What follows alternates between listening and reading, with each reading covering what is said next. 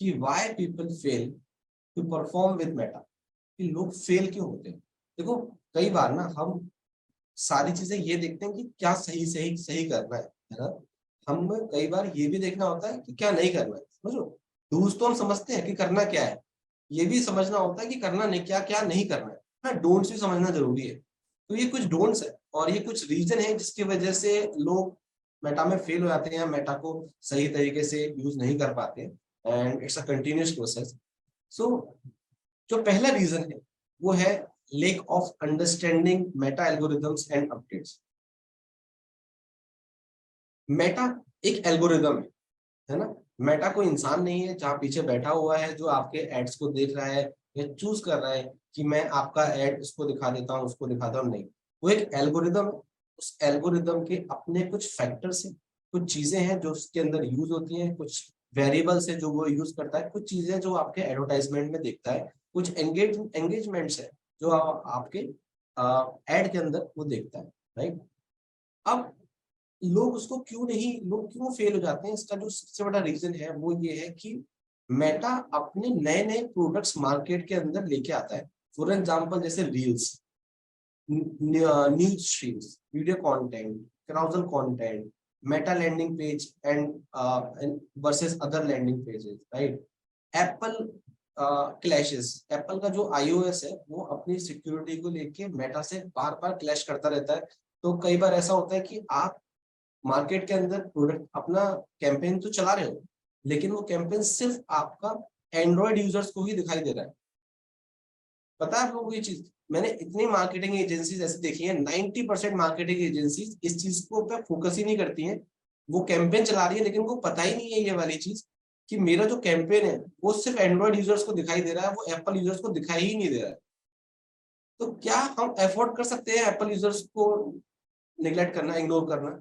कर सकते हैं हम लोग? एफोर्ड नहीं कर सकते ना, क्योंकि एप्पल यूजर्स तो एक प्रीमियम यूजर होता है, मैं मानता हूँ, है ना।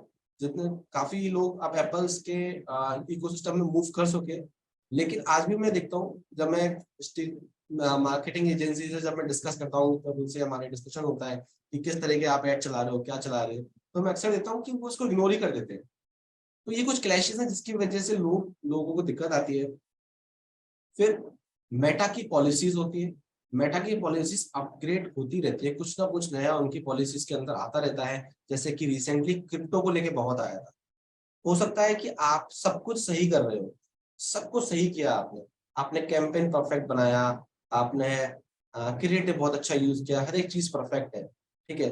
लेकिन आपका जो नाम है वो अगर एक्सचेंज वर्ड से कहीं रिलेटेड है, मीडिया एक्सचेंज या कुछ इस तरीके का, या आपके नाम में कहीं भी क्रिप्टो वर्ड यूज हो रहा है, या आपके नाम में कुछ इस तरीके की चीजें यूज होती है कि एक लगा दो 100 कमा लो, है ना।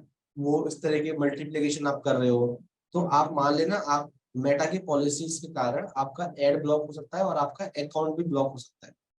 तो मेटा जो है वो इस चीज को लेके बहुत ज्यादा कंसर्न है कि आप क्रिप्टो से रिलेटेड किसी भी तरीके का एडवर्टाइजमेंट ना करो। आप पोर्नोग्राफी से रिलेटेड कुछ नहीं होना चाहिए, कोई कंटेंट नहीं होना चाहिए, वायलेंस का कंटेंट नहीं होना चाहिए आपके एडवर्टाइजमेंट के अंदर। तो इन सब चीजों को लेके आपको अपग्रेड रहना पड़ेगा, अपडेट रहना पड़ेगा। जो नेक्स्ट है इसमें वो आता है इनइफेक्टिव टारगेटिंग, यानी कि बड़ा सिंपल सा है जो अभी हमने बात करी थी। गलत आदमी को गलत चीज दिखाओगे तो बजट तो एग्जॉस्ट होगा ही ना, है ना।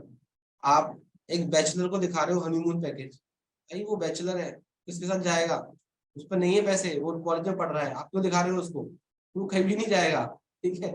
आप कितना उसको बोल दोगे भाई वो कॉलेज में उनको छुट्टी नहीं मिल रही, आप बोलो 7 दिन के लिए मॉरिशस में चले जा या मालदीव में ट्रिप बना के आ, किसके साथ जाएगा वो? तो गलत आदमी को गलत चीज दिखाओगे तो बजट एग्जॉस्ट होगा ना। थोड़ा सिंपल सा है। इनफेक्टिव टारगेटिंग करते ही नहीं है, जनरल पे चला रहे हैं। मैं कितनी बार देखता हूँ लोगों को, मार्केट करो, हाँ जी कर देते हैं।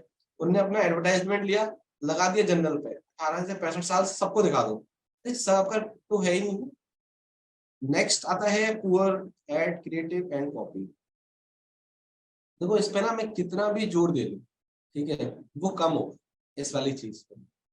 मैं बड़ा अच्छा सा एग्जांपल दे देता हूँ। मैं आज ही व्हाट्सएप रीमेक्स के ही मैं काफी लोग मेरे से कनेक्टेड है, मैं आज ही व्हाट्सएप पे के स्टेटस में था, और पता नहीं कैसे कैसे क्रिएटिव डाले हुए हैं, यानी बिल्कुल कोई सेंस नहीं है। यानी इससे क्रिएटिव में ऐसा लग रहा है कि जो होते नहीं road side painter, don't take me otherwise, जो रोड साइड पेंटर नहीं होते, उसने कुछ ने क्रिएटिव बनाया हुआ। यानी ऐसे क्रिएटिव की जो ऐसा लग रहा था जैसे पहले वर्ड वर्ड फाइल पे नहीं बनाते थे, यानी कोई फोटो लगा दी, कहीं भी कुछ लिख दिया, तो कोई उसका नहीं है, यानी कोई ट्रैक्शन नहीं है, तो होगा ही है।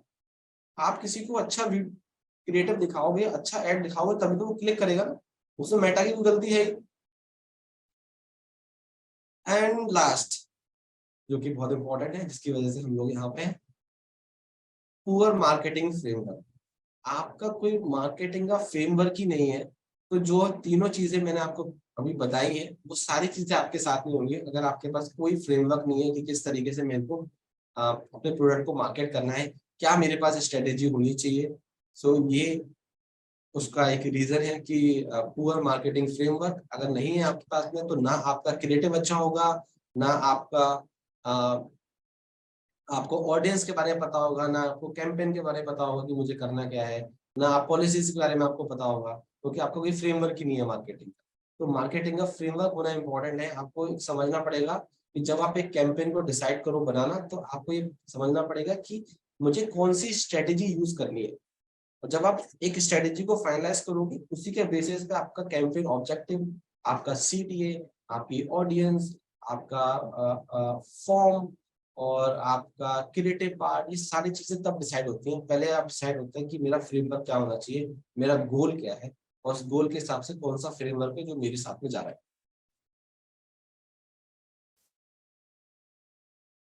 Now question time. इसमें एक वो भी था, एक ड्रम रोल वाला।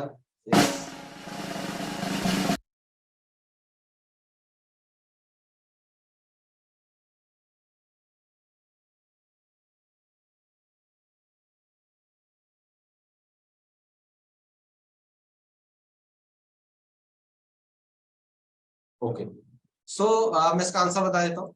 इसका जो आंसर है वो है B. It is an ecosystem of social platforms. ये एक इकोसिस्टम है जिसके अंदर मल्टीपल प्लेटफॉर्म्स आ रहे हैं, इसलिए आपकी जो रीच है वो आपकी मैक्सिमम ऑडियंस तक जा सकती है।